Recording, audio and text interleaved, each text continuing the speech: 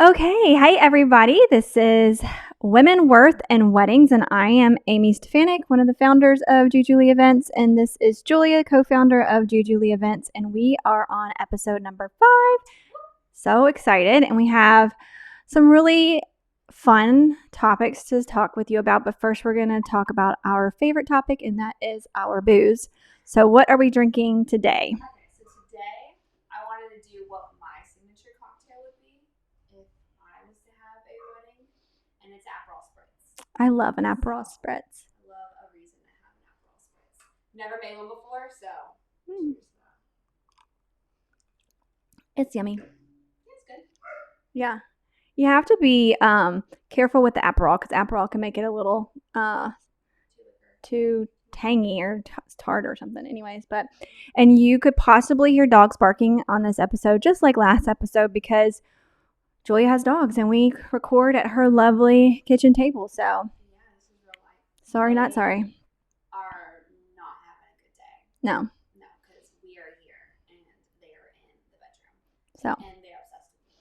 yes. So if they can't get to what we call you as Mimi, they can't get to Mimi, then it's the end of the world. I mean, that's how everybody is. Like, can you just lay on your feet? But then knowing them, they'll hear a random noise and like jump up barking or something. Yeah, knock everything over. Yeah. It's fine. They got some toys. They're in the bedroom right now. Perfect. Yeah. Well, what do we got? What do we got going today? Okay, so today we're going to talk about women's entrepreneurship. Yeah. Kind of our journey. Yep. All that good stuff. So, I mean, I'll start. Yeah. So my journey's long, but because I'm old. But when I married my husband Matt, he was getting into entrepreneurship and getting into real estate, and so through our early relationship, we, he was just starting his entrepreneur journey, and I was trying to work to kind of help him build his empire. But over the years, just kind of seeing, what he was doing. And I always kind of had a thing in me knowing that I wanted to do something big or I felt like I was destined for something, even as like a kid. And so just seeing him become an entrepreneur, I was like, that's amazing. I mean, when I first met him, he was like, I want to be an entrepreneur. And I'm like, I don't even know what that means. But then watching him create money out of thin air and like create businesses, I thought that was so amazing. And then once he became super successful in entrepreneurship, I decided that I wanted to start my own business, and I did. I dabbled in my own business, was very successful. I did really well with it. But then when the real estate market crashed in 2008, we lost everything. 3 houses, 2 cars. I mean, we just went from being super successful to really just having to start completely over. So I gave up my business and we moved to North Carolina, to Ramsor, North Carolina. Don't worry, no one knows where it's at. And it's a dry. Yeah, so funny story is we were moving in and he was unpacking and he was like, I'm going to go and get some beer. And I was like, yeah, sweet, that's perfect, go get some beer. And he came back and it's like, looked like he hit a deer or something, like his face. I was like, what is wrong with you? And he was like, we live in a dry county. And I'm like, that's so sad. I'm like, what does that even mean? And so anyways, it was, one of the many horrible stories of Ramsor. But then we moved around a couple times. He started a different entrepreneur endeavor, became super successful in that. And I worked in corporate America. I actually worked doing OSHA stuff and touring warehouses and doing all that, which is a complete different personality than I actually am. But it was still kind of fun because I got to live in a man's world and be badass. Yeah. Walk in with your heels and your blazer and skirts and be like, you're going to be fine. They think that you don't know any of the codes. I love hearing your OSHA stories. I think it's just so fun. I've never been patted on the head more in that season of my life, and just being able to just really spout off codes and put them in their place was very nice. Because you got to think, I was in my late 20s, early 30s, and the people that I was working with was in their 60s, and so and all men.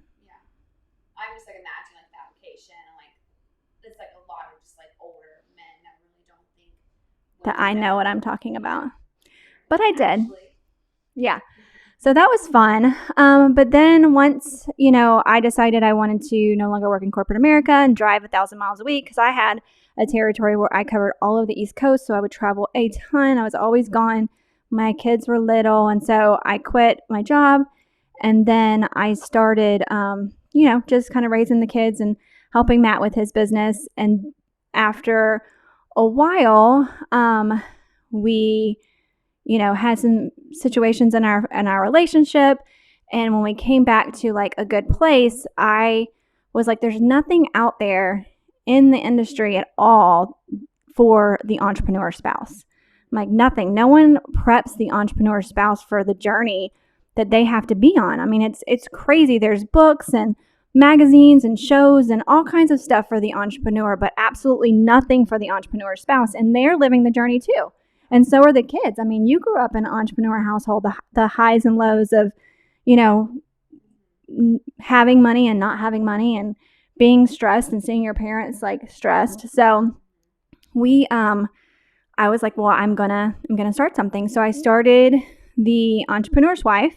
I wrote a book called The Untold Story of the Entrepreneur's Wife, and really just started sharing my journey of being an entrepreneur's wife, what that feels like, what that looks like, the stress of it, and really just kind of coaching wives of entrepreneurs because the divorce rate for entrepreneur families is extremely high. And it's because we don't have the tools to handle like the highs and lows. We're expected to ride a roller coaster that we don't know when's going to stop. And so we don't know, how we're going to make it. And we're relying on someone to, provide for the family, but in a sense of, they may be failing and your first reaction is, just get a job. But that's like putting gasoline and lighting them on fire. It's like the worst thing that you can say. And you don't know that unless you have someone that's kind of walking you through it. So did that for a while and just, slowly progressed into what I'm doing now. But I moved into this neighborhood and I was doing retreats and hosting retreats and traveling the country and all over the world, just kind of talking to wives of entrepreneurs and women entrepreneurs. And I met someone that owned a wedding venue, and she was having some issues with it. And so I asked her if she wanted me to help her. And I would, I'm like, I do events. I can help you do weddings. That's fine. And that was like my journey into the wedding industry because I started doing weddings. I started running the venue for her. And I was like, I love this. This is great because I felt like everything that I went through leading up to weddings prepared me for doing weddings. So even like the OSHA experience, like everything from, being structured to having the love for women and having that love to like empower women to do whatever they want, being social and being able to stand up and like talk to people, all the little things that came into play that we do now in the wedding industry. And so it was amazing. And so I did that for a couple years, ran the venue, and then Julia came back and started working with me, and we decided to go on our own. And now we are doing weddings all over the world.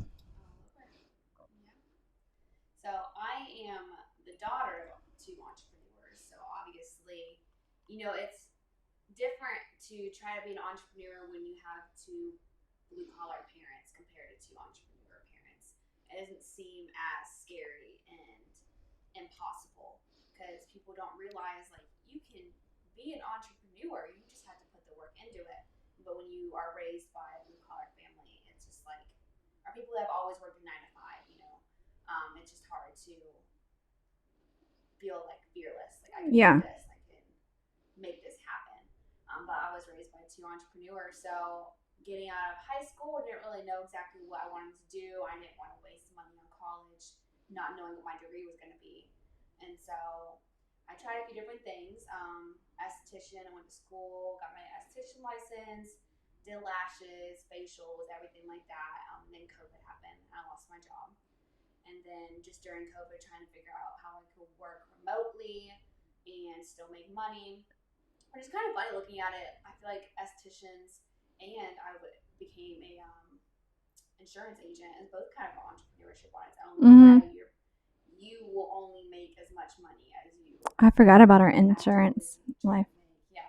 Ugh. So like I was my own boss in a way for both, because I would have to, even with facials, I was actively going out and trying to get people to book me. Yeah. It wasn't like the salon didn't have an esthetician before me, so I was like the one actively trying to get clients. Mm-hmm. Which that kind of broke me out of my bubble, because I don't hate talking to people, strangers anymore, but I was like paralyzed by the idea of having to go up to a stranger, and how I'd have to ask people. A little side note: how I used to have to ask people if they wanted a facial was, I would be like, they're getting their hair done, and I'd be like, "Do you want a hand massage?" And then they're like, "Sure." And I'm like here touching people and like rubbing up on their arms and hands. And then COVID happened, and they're like, "You can't touch people anymore."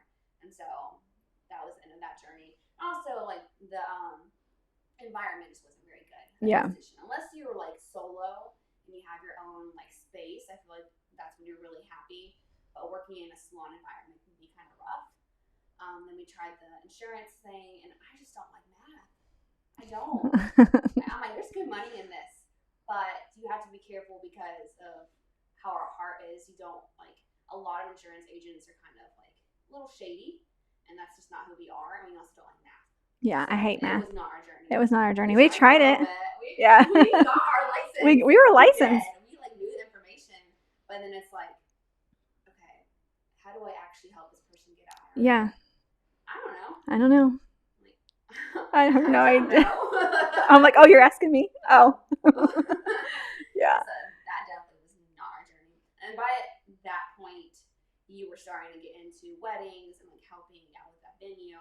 And I would come in to help you. I would drive. I was in Jacksonville, North Carolina for a Marine town. My husband's a Marine, and I would drive 8 hours every weekend, or almost every weekend, to come help you because you're doing it solo for a little bit, which is crazy. I can't even. You were running the venue side and being a planner. Absolutely insane. I would go help you, and I'd be like, how do you function without help? Like, this is insane. Like, yeah. You would have to be the person that's like, okay, toilet's clogged, we need an extension cord, we need to cut the cake. Yeah. Like, that's just, it's too much for me to even comprehend. It was a lot.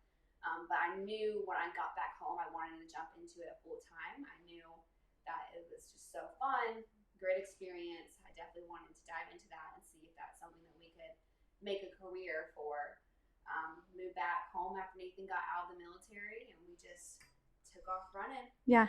Literally, like the second that we put our full heart into being solo and going to other venues, it was just like the universe was like, okay, let's do it. Yeah. So I believe strongly in manifestation. I believe that, little woo-woo for you, but I believe everything is energy, and I believe that you can manipulate the energy to do what you want through like prayer and meditation and just plain out asking for what you want, being super specific when you pray for things. And so I remember standing on the beach with Julia. We went you were in Emerald Isle? Yeah. That was our go-to place. We were walking on the beach, and we were looking at all the beach houses, and there are huge homes on the beach. And I said, Julia, one day you and I are going to be able to get one of these homes, and we're going to be able to travel the world, and we're going to stand on the beach like we did it. We did it. And this year we were in Key West standing on the beach, and I was like, we did everything that we said we were going to do. Definitely. Full circle. Yeah. Passionate on that karma. Yeah, exactly. All the karma. But I think it's important. I think that a lot of people don't realize that your words are so powerful, and anything that you follow up with I am, whatever that is, can completely change your life. And so I'm very careful about what I say that I'm going to do, what I say that I want. So putting things into action like that, saying this is what we're going to do. And so now, we are very specific in what we say that we want. Like when we never say I wish or I wish we could. It's like, yeah, we're going to do that. Yeah. And I try to teach that to my husband too. Like he's always like, oh, I want this, I want that. I'm like, we're going to have it. Yeah. You just have to like click that mindset into not being an I wish or I wish I could. Just be like, yeah, when I do that. Yeah. Like, it's gonna happen. It's gonna happen. It's just a matter of And I also believe that if it doesn't, then there's a reason for it. Because there's a lot of things that I've really wanted in my life that didn't happen. And then down the road, I'm like, oh, thank goodness that didn't happen because I would be in a whole different place. But let me ask you some questions about being the child of an entrepreneur family. So what is like your biggest memory or like a memory that stands out to you that you're like kind of, either not impressed is not the right word, but motivated or like it struck you as a child seeing your parents be an entrepreneur? Can you think of anything? Like the biggest thing is the fact that you guys were able to take us to Europe for a month, and we spent. So I graduated from high school in 2018, and that summer we spent all of July in Estonia, which is like off the Pacific Ocean, across from Finland, and we were taking business classes. It was a whole like mastermind. There was a bunch of business classes. There was meditation classes, just like a lot of like bettering yourself.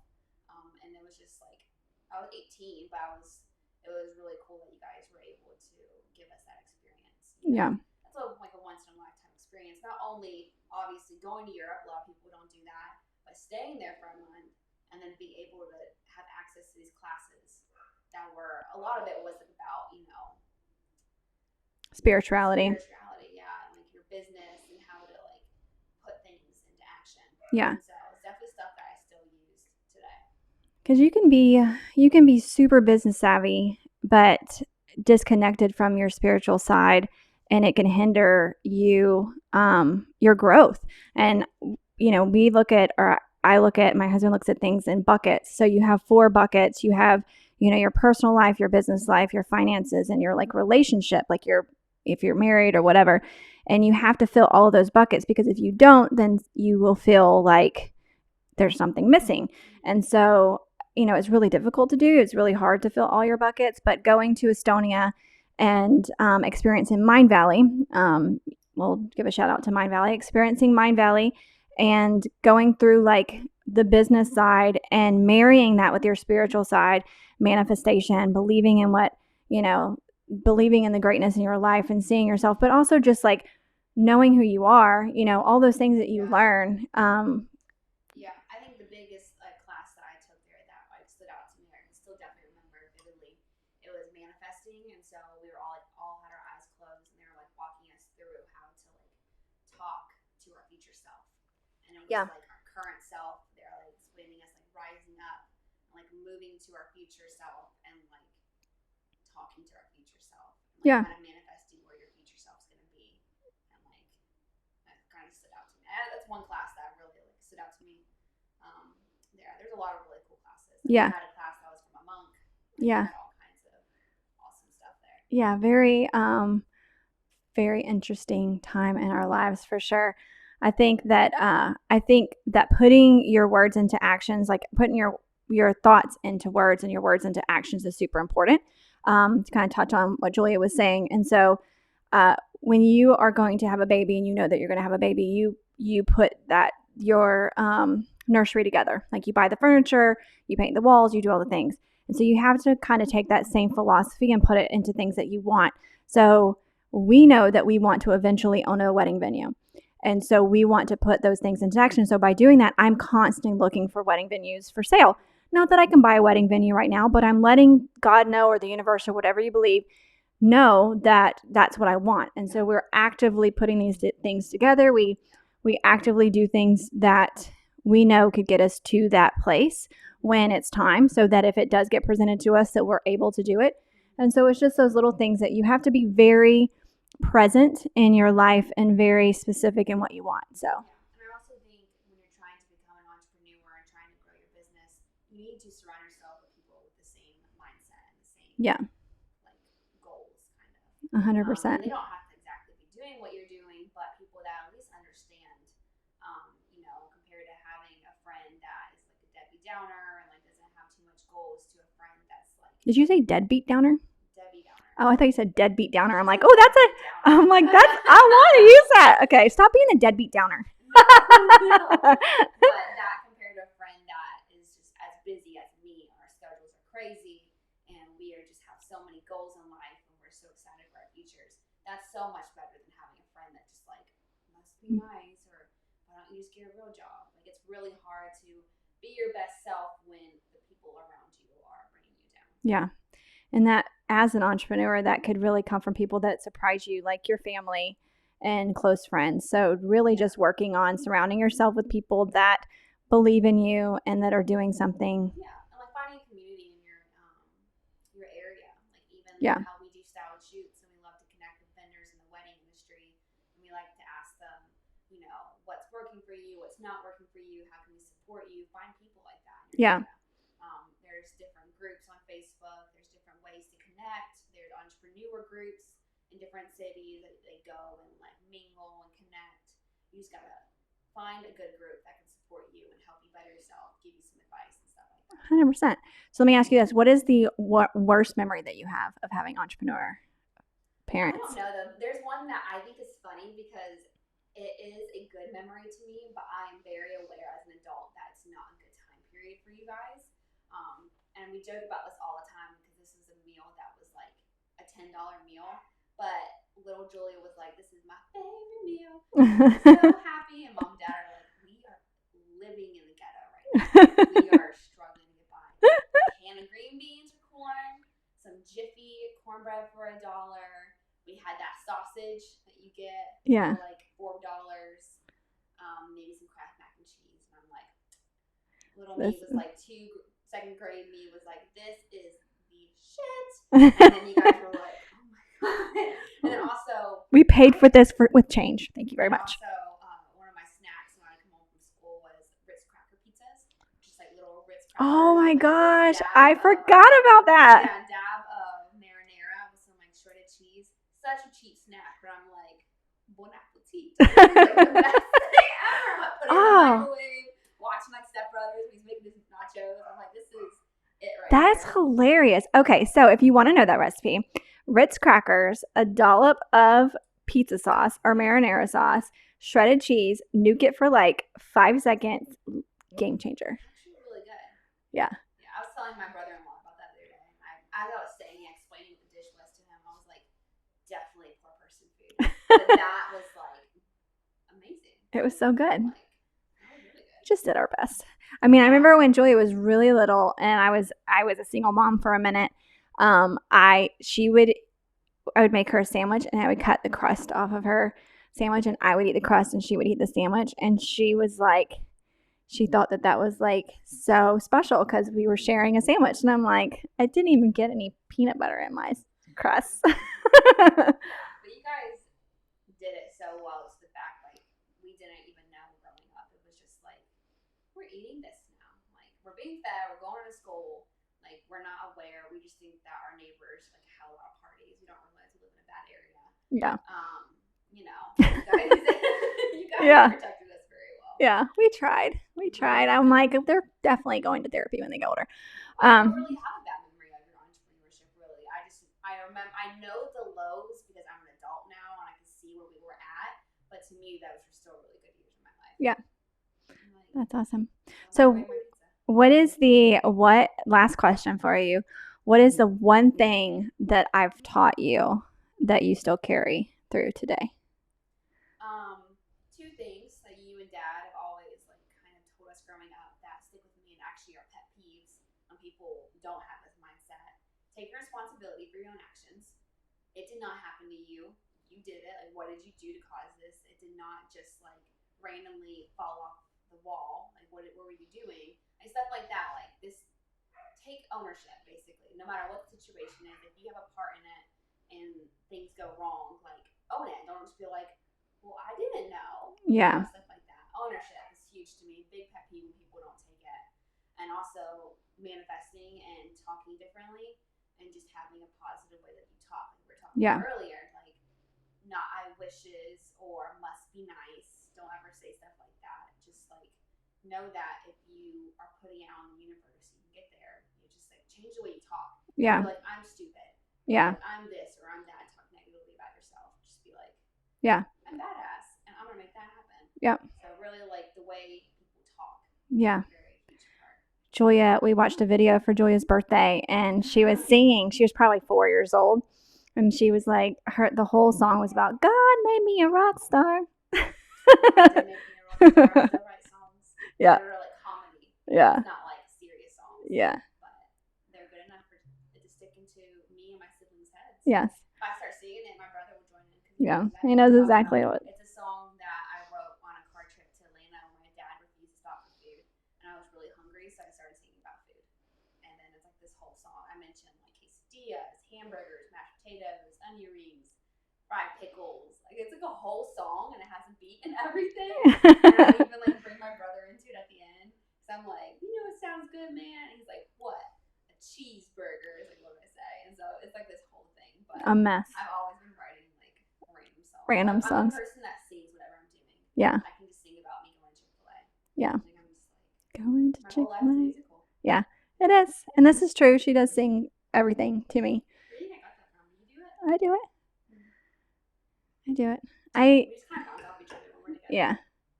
It's We're good. just laughing the whole time we're together. Yeah. It's It is complete chaos. We're lucky we get anything done. End up in situations that's like, what? What are we doing right now? Where are we? Like we thought we were going to a vineyard and we're pulling down someone's dirt road driveway. Yeah. Pretty much getting chopped up today. That's what we say all the time. Yeah. Definitely getting chopped up. So what's next on the agenda? Okay. So we talked about our journeys. Let's talk about how we run our business a little bit. How we like to treat our team, how we train our team to go and represent the company. Yeah. I believe that we are expanding in different cities and areas, and I want to adopt the Chick-fil-A concept where if someone does a wedding with us here in Charlotte and then they are in Nashville, they're getting the same experience. It's the same feel. And so we train our planners to do that. So we have a whole philosophy that we train them on, checklists. They get, we make sure that they're doing whatever we're doing, they're doing, so that it is cohesive across the board for sure. But also we teach them that you are Juju Lee. So everything that you do, not just to the couple, but also to other vendors and the guests and everybody, then it reflects us. It reflects Julie and I. Treating everyone like a human being. I think sometimes in the wedding industry, vendors want to make themselves look really good, but they'll treat vendors horribly and then put on a front when couples come around. Yeah. And that's just not how it works. That's not no. acceptable. I want our team to treat everyone good. I want everyone to eat. I want everyone to have a freaking cupcake. I want everyone to get tipped, and I want us to all walk away saying that's a good wedding. Yeah. And I do not want any vendors walking away being like, that was a hot mess express. Yeah. Or we don't like those wedding planners, or I hate working with those wedding planners. Horror stories. We're like, what do you mean? Why is that happening out there in the world? We heard a story. There's this venue that I absolutely love their staff. Love them. Such sweet guys. We hug them goodbye. Love them so much. And then we heard a story about a wedding planner screaming at them. I'm like, how can you look at their face and scream at them? What? I don't know. Everyone like a human being. It takes a team to pull off a wedding, and you need to all work cohesively. For sure. It's not absolutely you against everyone else. Right. It's not you running your own show. We're all working together. 100%. Yeah. I think we're very vendor focused in this industry, because we do know that. We do know that. The venue side too, so we have the yeah. opportunity to see different parts of this. Yeah, it does help. It does help. And I suggest, and if you are a wedding planner, I do suggest volunteer at a venue and run the venue side for a weekend. See what that takes. It's a lot. And you just don't you can't just show up and be like, this is what I want, and then leave. And then they're dealt with the aftermath of it. So I think that, loving on the vendors, making sure that they understand your expectations is huge. And then taking care of them throughout the night. Put it in the timeline when they get to eat, or at least tell them communicate. We always tell our photographers, hey, go ahead when the wedding party gets called up. Go ahead and get your food. You need to eat because you need to be ready for sunset photos. Go ahead and eat. Yeah. And I can't tell you how many times you've had someone be like, we get to eat? Yeah. Thank you. And I'm like, are you not eating at other weddings? That's nuts. There's always leftover food. Why aren't you given the opportunity to Sometimes our last wedding was people were going up for thirds before some people even got there first. That was all right. Let's talk about that for a second. Was on emceeing because They didn't You call didn't table. call tables, and you just kind of let people do it. He called the wedding party up and immediate family, and then dropped the ball on everybody else. Yeah, he waited too long, because if you wait too long when you're calling tables, people are going to be like, I'm just going to get up. And sometimes you just have a group where it's like, what the hell? I'm at table 20. They're at 1 and 2. I'm going up. But that's just like, I feel like so selfish. I feel like that every couple or every guest should get an etiquette like pamphlet before they go to. Like, you're invited to my wedding. Here's a how-to on being a guest. Seriously. I think people don't understand how expensive it is to have a wedding. To pay for the food, to pay for the alcohol, to pay for each table that you need based off your head count, to like down to everything. Like, you're expensive. You're a guest. You're expensive. It is a treat. Okay, so this wedding had 160 guests. They had enough food for 160. How many people went through the line? 250 people, according to catering, went through the line, and they only had 160 head count. So that means people went. Catering kept coming up to us like, we might run out of food. Yeah. And all the tables hadn't gone through yet. All the tables hadn't gone through, and there were people with their third plate. Yeah, and we had the DJ make an announcement like, reminder, we haven't caught all the tables. You should not be coming up for your seconds or thirds. But he just didn't say it loud enough, and people also just didn't really care. Yeah, they didn't care. He really didn't try to like make it like get across, because I feel like if he did, like if I took that mic, which I said I hate taking the mic, but at this point I might take the mic sometime soon. Not when Travis is with us. Travis is amazing. He repeats things. He makes sure people are listening. But there's some DJs that are like, whoa, and they're like, scary kids. I'm like, dude, Yeah. You should not be up for your third. Yeah. Put that plate down. And if you're wondering who Travis is, he's with Famous Music Group, and he's amazing, and he's our go-to DJ. That whole wedding, I was like, oh. See, I like how Travis does it. Yeah. He repeats things. He makes sure people hear. And sometimes they make an announcement, and they got the right like loudness to their voice, but people are just like too loud. Well, they're just talking, and you got to repeat it like they're children. Yeah. And then they're like, "Oh, was I supposed to?" Eyes on me. Yeah, exactly. Yeah, the bus is leaving. Exactly. So, well, what's the final thing that we're going to discuss today? I think the kind of ending point on that topic is your effects on someone's whole day. Yeah. Like if this goes into anything in your life, not just weddings. The effects that you leave on someone's day when you treat them poorly. Yeah. Like if you go through, like how you said the other day, you went through Starbucks' drive-through line really early. 5:30 in the morning. What did she say to you? How was your reaction? She was like, "Hi, beautiful. What can I get you today?" And I was like, "Oh, how did you know?" No, kidding. But I was like, it was a big deal. I was like, immediately made me smile, and I was like, and so when I got up to the window, she was so sweet and kind and so nice, and it could have gone completely differently if she would have been like, "What can I get you?" and like cut me off. I mean, we've all been through those lines where that's happened.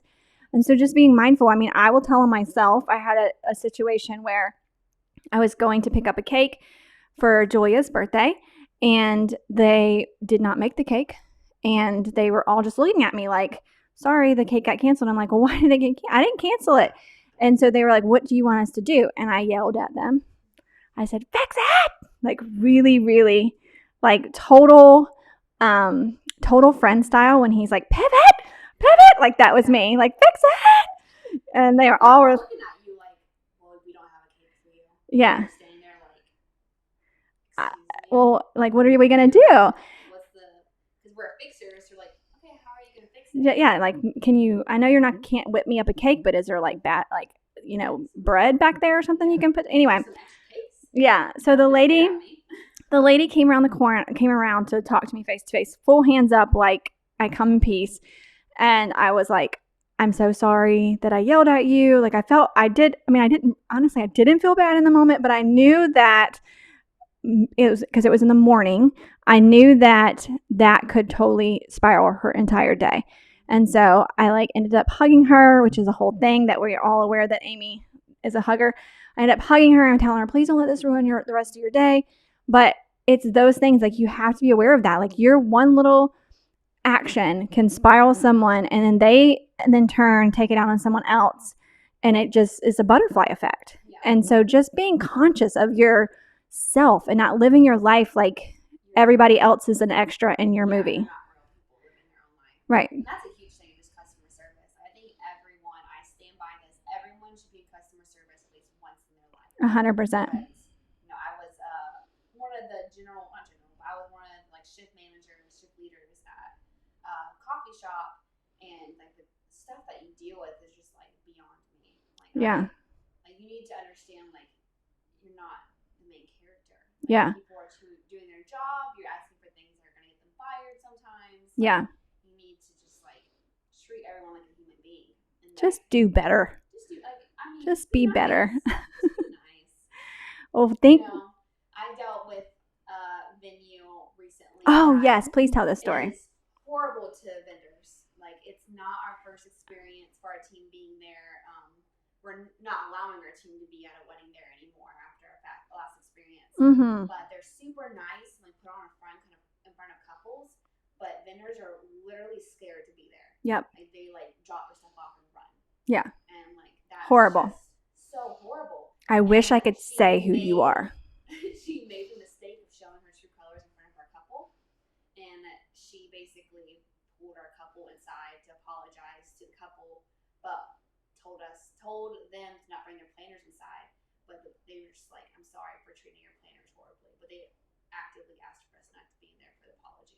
So it kind of shows like you're sorry that you got busted, exposed. Yeah. You're not sorry for how you are treating people. Yeah. And you gotta understand, like for any vendor, people talk. And this industry is like, there's a lot of vendors out there, but we talk. We hear horror stories from catering and everything. We're like, oh my gosh, that venue did what? Yeah. Tell me more. Like people love sharing stories. Yeah. They love it. So if you're treating people horribly, like it's we're gonna find out. We're gonna find out if you're using powerhouse water for your catering. This is a thing. This is a Julia thing. Oh man. That just goes to treat everyone good. Yeah, treat everybody good. There should not be a reason. You should not be like hiding your true self. You should just like be a good person. Treat everyone good. Yeah. Don't be worried that your true colors are going to show in front of your clients. It's very embarrassing that you show your true colors, but you just treat everyone well. And it's rare that we will ban a venue, but we have. Yes, we have. We have, but this is the second time. Yeah. And it's very rare. We've been doing this for almost 4 years. Yeah. This is like the first time. But we won't allow our team to go somewhere that they're treated horribly. Can't do it. I won't recommend it. We love our team too much. Yep. We love our vendors that we bring to each wedding too much to allow anyone to deal with that. Yep. Just horrible. For sure. Well, the overall theme of this podcast is be a better human being. Mm-hmm.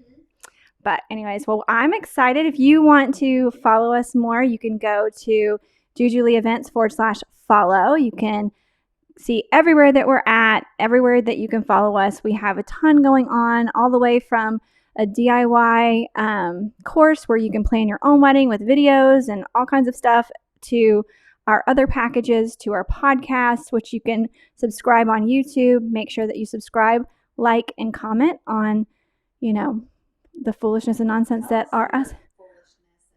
Yeah, tell us your story, a funny wedding story if you have one, and also your favorite cocktail, because we liked. Yeah, tell us about your favorite vendors. If you got married and you have a great vendor experience, share it with us, because we want to promote good people. Yeah, so we do weddings all over, so it's really awesome to get recommendations from places that we haven't been yet. Yeah. When we go there, we're like, oh, 100%. Yeah. We'll be in Navarre, Florida this week. So if you're in Navarre, Florida, or you are in where we got Asheville, if you're Florida, Asheville, South Carolina, North Carolina, pretty much Florida's huge. Anywhere on the East Coast. If you're anywhere, comment, tell us. Yeah. Hey, West Coast. Yeah. Oh, I want to go to Big Sur. I'm putting that in the universe. Anyway, so you guys follow, like, comment, and we will see you next time. Bye.